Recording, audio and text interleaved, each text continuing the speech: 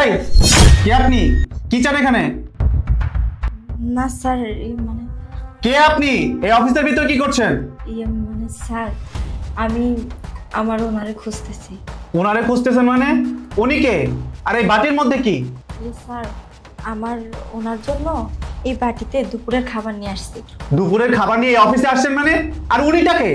Sir, উনি আমার স্বামী। স্বামী?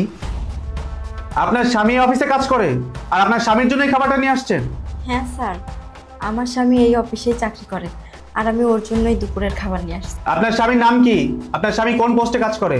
তবা তবা স্যার, আপনি যে কি বলেন, স্বামীর নাম মুখে নিলে আমার পাপ হবে না? আর স্যার, আমার স্বামী এই অফিসে চাকরি করে, অনেক বড় পোস্টে, মালিকের পরেই। কি বলছেন? আপনার স্বামী এই অফিসে কাজ করে, অনেক বড় পোস্টে, মালিকের পরেই তার অবস্থান? আচ্ছা, আপনার স্বামীর নাম কি রুবেল সাহেব? হ্যাঁ হ্যাঁ, আপনি চিনতে পেরেছেন, উনি আমার স্বামী। আপনি মনে হয় আমার স্বামীর আন্ডারে কাজ করেন না? আচ্ছা, আপনি কি এই কোম্পানির মালিককে চিনেন? না না স্যার, আমি ওনারে চিনি না, কিন্তু আমার স্বামী বলছে উনি নাকি অনেক রাগী, তাই তো আমি ভয়ে ভেতরে যাচ্ছি না, এখানে দাঁড়ায় অপেক্ষা করতেছি। ও, আপনার স্বামী আপনাকে বলছে এই কোম্পানির মালিক অনেক রাগী? হ্যাঁ হ্যাঁ। আর শুনেন, আরেকটা কথা, আমি তো ভিতরে যাইতে পারবো না। শুনেন, আপনি আমার স্বামী আপনার স্যারকে এই খাবারটা দিয়ে আসবেন, ধরেন।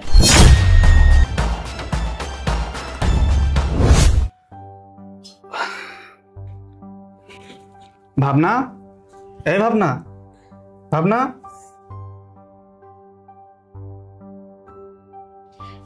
কি হইছে তোমার? এত সকাল সকাল ডাকতেছো কেন আমাকে? সকাল সকাল বলছো? বেলা 11টা বাজে, আমার তো অফিস যাওয়ার সময় হয়ে গেছে। তো যাও, আমি কি ধরে রাখছি নাকি তোমাকে? আমি না তোমাকে কালকে বলে রেখেছিলাম তুমি আমার জন্য নাস্তা বানিয়ে রেখো। এখন থেকে আমি ঘরে নাস্তা করব। বাইরে নাস্তা করতে করতে আমার অ্যাসিডিটি প্রবলেম হয়ে গেছে। কই নাস্তা, কই নাস্তা দাও। তুমি কি আমাকে বিয়ে করে বউ বানিয়ে নিয়ে আসছিলে, নাকি কাজের মেয়ে হিসেবে নিয়ে আসছো যে আমি সকাল সকাল ঘুম থেকে উঠে তোমাকে নাস্তা বানিয়ে দিব? এটা তুমি কেমন কথা বলো? তুমি তো দেখতেই পাচ্ছ আমি বাইরের খাবার খেতে খেতে অসুস্থ হয়ে যাচ্ছি। তুমি আমাকে একবেলা নাস্তা বানিয়ে দিতে পারবে না? তুমি বাইরের খাবার খেতে পারছো না, অসুস্থ হয়ে যাচ্ছ, তাহলে কাজের মেয়েটাকে বলো নাস্তা বানিয়ে দিতে, তাহলেই তো হয়। তুমি তো জানোই আমি অন্যের হাতে রান্না খেতে পারি না। তুমি আমাকে একটু রান্না করেও খাওয়াতে পারবে না? তুমি সকাল সকাল আইসা আমাকে ঘুম থেকে তুইলা নাটক শুরু করছো না? কাহিনী কমাই করো, বাইরে গিয়ে নাস্তা করে দিবা, আর আমার নাস্তাটা ড্রাইভারকে দিয়ে পাঠাই দাও। যাও। কাহিনী করতেছি, ঘুমটা নষ্ট করে দিল আমার। যাও না কেন? ঘুম থেকে উঠে আমি নাস্তা করবো, তাড়াতাড়ি পারবে দাও।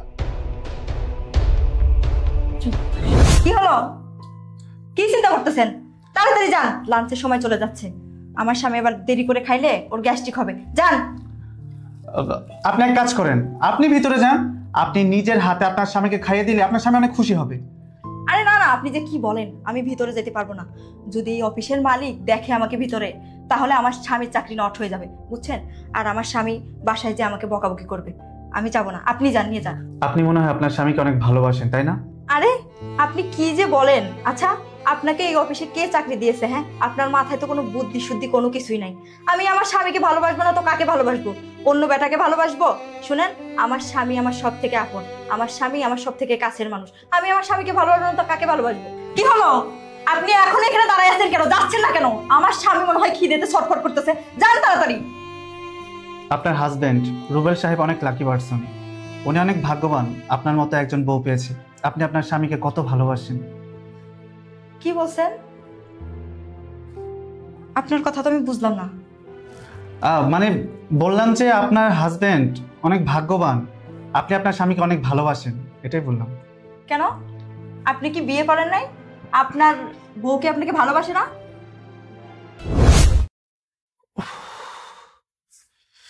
ভাবনা, এক গ্লাস ঠান্ডা পানি নিয়ে আসো তো আমার জন্য।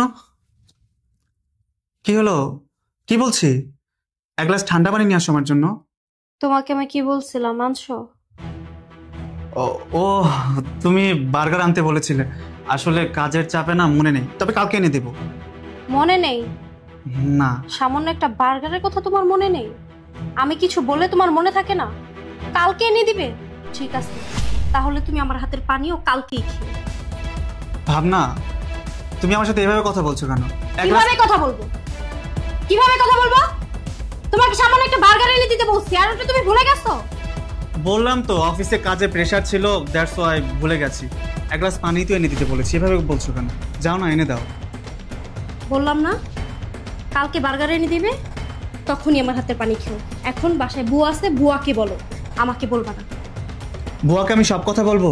তুমি আমার স্ত্রী, তোমাকে আমি বলবো না এক গ্লাস পানিটা পর্যন্ত তুমি এনে দিতে পারবে না আমাকে?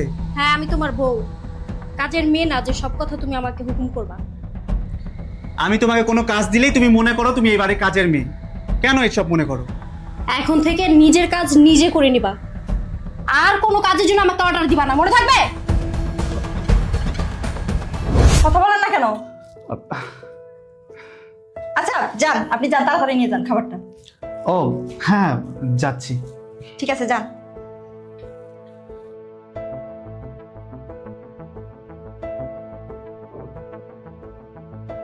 রুবেল সাহেব।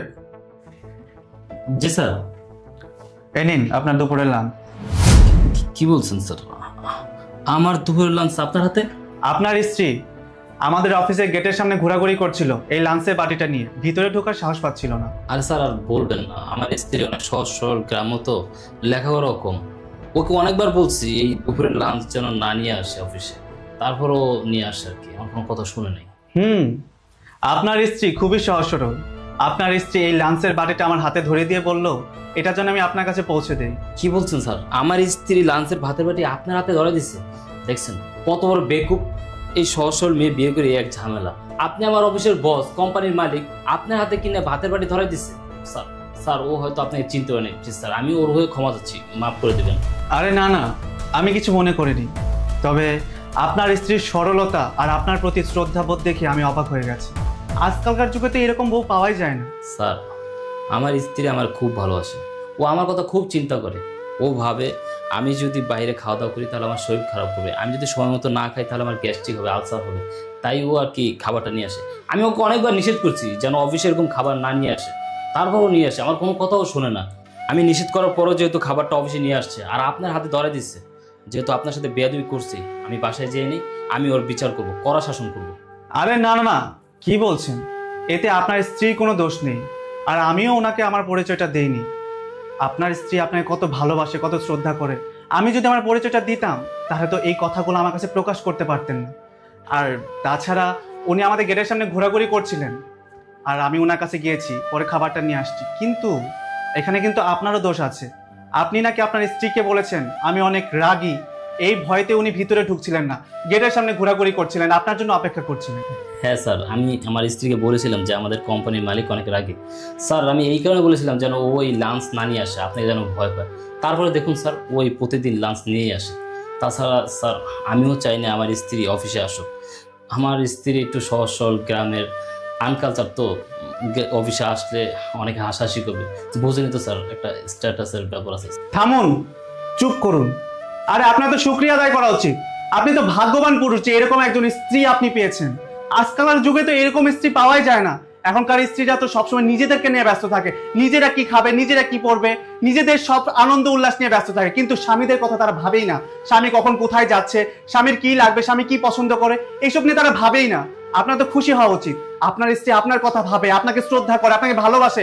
আপনার কথা ভেবে আপনি যাতে অসুস্থ না হন, সময় মতো আপনার জন্য লাঞ্চ নিয়ে আসে, আপনার তো খুশি হওয়া উচিত। শুনুন, আরেকটা কথা, এখন থেকে আপনার স্ত্রী এই অফিসে লাঞ্চ নিয়ে আসবে আপনার জন্য, আর নিজের হাতে খাবার খাইয়ে দিবে। আপনি ওনাকে কিচ্ছু বলতে পারবেন না, আর ওনার যাতায়াতের ভাড়া আপনি দিয়ে দিবেন। শুনুন, ভালোবাসার মূল্য দিতে শিখুন। কেউ ভালোবাসা পেয়ে হারায়, আর কেউ না পেয়ে আফসোস করে। আপনার এই লাঞ্চের বাটি থেকে খুব সুস্বাদু গান বের হয়েছে, মানে লাঞ্চটা অনেক মজার হয়েছে, তাই না? জি স্যার, আমার স্ত্রীর হাতের রান্না খুবই মজা, খুবই ভালো। স্যার আপনি যদি আমার স্ত্রীর হাতের রান্না একবার খান জীবনে ভুলতে পারবেন না। হ্যাঁ, সে তো গ্রান সুখেই বুঝতে পারছি। মনে হচ্ছে খাবারটা অনেক টেস্টি হয়েছে, তাই না? স্যার আপনি যদি কিছু না মনে করেন তাহলে আজকে আপনি আমার সাথে আমার স্ত্রীর হাতের রান্না খেয়ে দেখতে পারেন। না না না না, আমি কি মনে করব? তাহলে তো ভালোই হয়, এত সুস্বাদু খাবার খেতে পারবো। আচ্ছা শুনুন, আরেকটা কথা, আপনি কিন্তু আপনার স্ত্রীকে বলে দেবেন উনি যেন এখন থেকে একটা লাঞ্চের বাটি না নিয়ে আসে, দুটো লাঞ্চের বাটি যেন নিয়ে আসে, একটা আপনার জন্য, একটা আমার জন্য। আমরা একসাথে লাঞ্চ করব। কি বলেন স্যার? আপনি আমার সাথে লাঞ্চ করবেন? হ্যাঁ, আমি আপনার সাথে লাঞ্চ করব, কথাটা মনে রাখবেন কিন্তু। ঠিক আছে স্যার, আমি আমার স্ত্রীকে বলে দেব। স্যার চলুন না এখন আমরা এটা ভাগাভাগি করে খেয়ে ফেলি। চলুন। চলুন স্যার।